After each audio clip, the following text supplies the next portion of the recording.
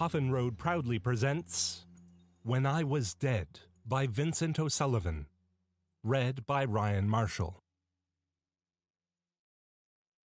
And yet my heart will not confess he owes the malady that doth my life besiege.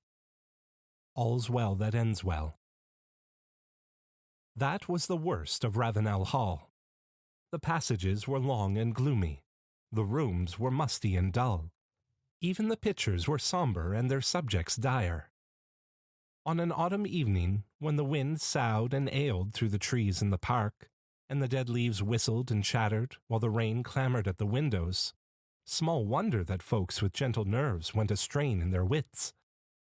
An acute nervous system is a grievous burden on the deck of a yacht under sunlit skies. At Ravenel, the chain of nerves was prone to clash and jangle a funeral march. Nerves must be pampered in a tea-drinking community, and the ghost that your grandfather, with a skinful of port, could face and never tremble, sets you in your sobriety, sweating and shivering. Or, becoming scared, poor ghost, of your bulged eyes and dropping jaw, he quenches expectation by not appearing at all. So I am left to conclude that it was tea which made my acquaintance afraid to stay at Ravenel Hall. Even Wilvern gave over, and as he is in the Guards and a polo player, his nerves ought to be strong enough.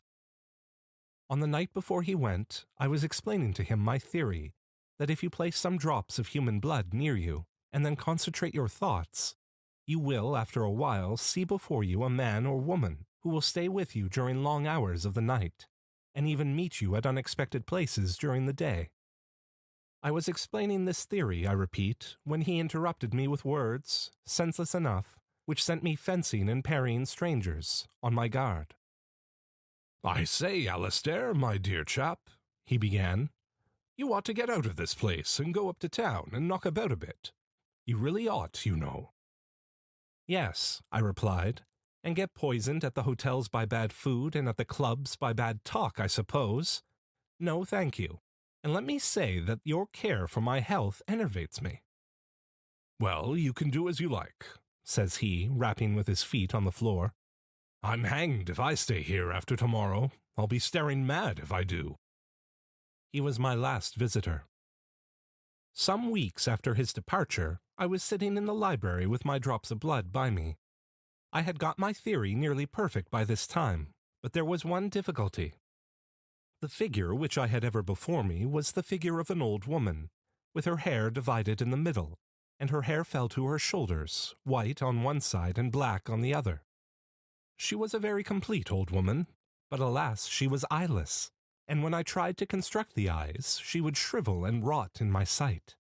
But tonight I was thinking, as I had never thought before, and the eyes were just creeping into the head when I heard a terrible crash outside as if some heavy substance had fallen. All of a sudden the door was flung open, and two maidservants entered. They glanced at the rug under my chair, and at that they turned a sick white, cried on God, and huddled out. "How dare you enter the library in this manner?" I demanded sternly. No answer came back from them, so I started in pursuit. I found all the servants in the house gathered in a knot at the end of the passage. "Mrs. Pebble," I said smartly to the housekeeper, "I want those two women discharged tomorrow. It's an outrage. You ought to be more careful." But she was not attending to me. Her face was distorted with terror. Ah, dear," she went. "We had better all go to the library together," says she to the others. "Am I master of my own house, Mrs. Pebble?" I inquired, bringing my knuckles down with a bang on the table. None of them seemed to see me or hear me. I might as well have been shrieking in a desert. I followed them down the passage and forbade them to enter the library, but they trooped past me and stood with a clutter round the hearthrug. Then 3 or 4 of them began dragging and lifting, as if they were lifting a helpless body, and stumbled with their imaginary burden over to a sofa. Old Soames, the butler, stood near. "Poor young gentleman," he said with a sob. "I've knowed him since he was a baby, and to think of him being dead like this, and so young, too." I crossed the room. "What's all this, Soames?" I cried, shaking him roughly by the shoulders. I'm not dead. I'm here. Here. As he did not stir, I got a little scared. Soames, old friend, I called. Don't you know me? Don't you know the little boy you used to play with? Say I'm not dead, Soames. Please, Soames. He stooped down and kissed the sofa. I think one of the men ought to ride over to the village for the doctor, Mr. Soames, said Mrs. Pebble, and he shuffled out to give the order. Now, this doctor was an ignorant dog, whom I had been forced to exclude from the house because he went about proclaiming his belief in a saving God, at the same time that he proclaimed himself a man of science. He, I was resolved, should never cross my threshold, and I followed Mrs. Pebble through the house, screaming out prohibition. But I did not catch even a groan from her, not a nod of the head, nor a cast of the eye, to show that she had heard. I met the doctor at the door of the library.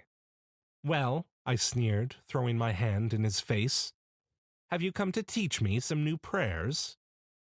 He brushed by me as if he had not felt the blow, and knelt down by the sofa. Rupture of a vessel on the brain, I think, he says to Soames and Mrs. Pebble after a short moment. He has been dead some hours. Poor fellow. You had better telegraph for his sister, and I will send for the undertaker to arrange the body. You liar, I yelled. You whining liar. How have you the insolence to tell my servants that I am dead, when you see me here face to face? He was far in the passage, with Soames and Mrs. Pebble at his heels, ere I ended, and not one of the three turned round. All that night I sat in the library. Strangely enough, I had no wish to sleep, nor during the time that followed had I any craving to eat.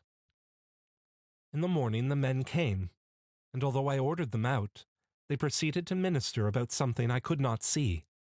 So all the day I stayed in the library or wandered about the house, and at night the men came again, bringing with them a coffin. Then, in my humor, thinking it a shame so fine a coffin should be empty, I lay the night in it, and slept a soft, dreamless sleep. The softest sleep I have ever slept. And when the men came the next day, I rested still, and the undertaker shaved me. A strange valet. On the evening after that, I was coming downstairs, when I noted some luggage in the hall, and so learned that my sister had arrived. I had not seen this woman since her marriage, and I loathed her more than I loathed any creature in this ill-organized world. She was very beautiful, I think, tall and dark, and straight as a ramrod, and she had an unruly passion for scandal and dress. I suppose the reason I disliked her so intensely was that she had a habit of making one aware of her presence when she was several yards off. At 9:30, my sister came down to the library in a very charming wrap, and I soon found that she was as insensible to my presence as the others. I trembled with rage to see her kneel down by the coffin. My coffin! But when she bent over to kiss the pillow, I threw away control. A knife, which had been used to cut string, was lying upon a table. I seized it and drove it into her neck. She fled from the room, screaming. Come, come, she cried, her voice quivering with anguish. The corpse is bleeding from the nose. Then I cursed her. On the evening of the third day, there was a heavy fall of snow. About 11 o'clock, I observed that the house was filled with blacks and mutes and folk of the county, who came for the obsequies. I went into the library and sat still, and waited. Soon came the men, and they closed the lid of the coffin and bore it out on their shoulders. And yet I sat, feeling rather sadly that something of mine had been taken away. I could not quite think what. For half an hour, perhaps, dreaming, and then I glided to the hall door. There was no trace left of the funeral, but after a while I sighted a black thread winding slowly across the white plain. I'm not dead, I moaned, and rubbed my face in the pure snow, and tossed it on my neck and hair. Sweet God, I am not dead!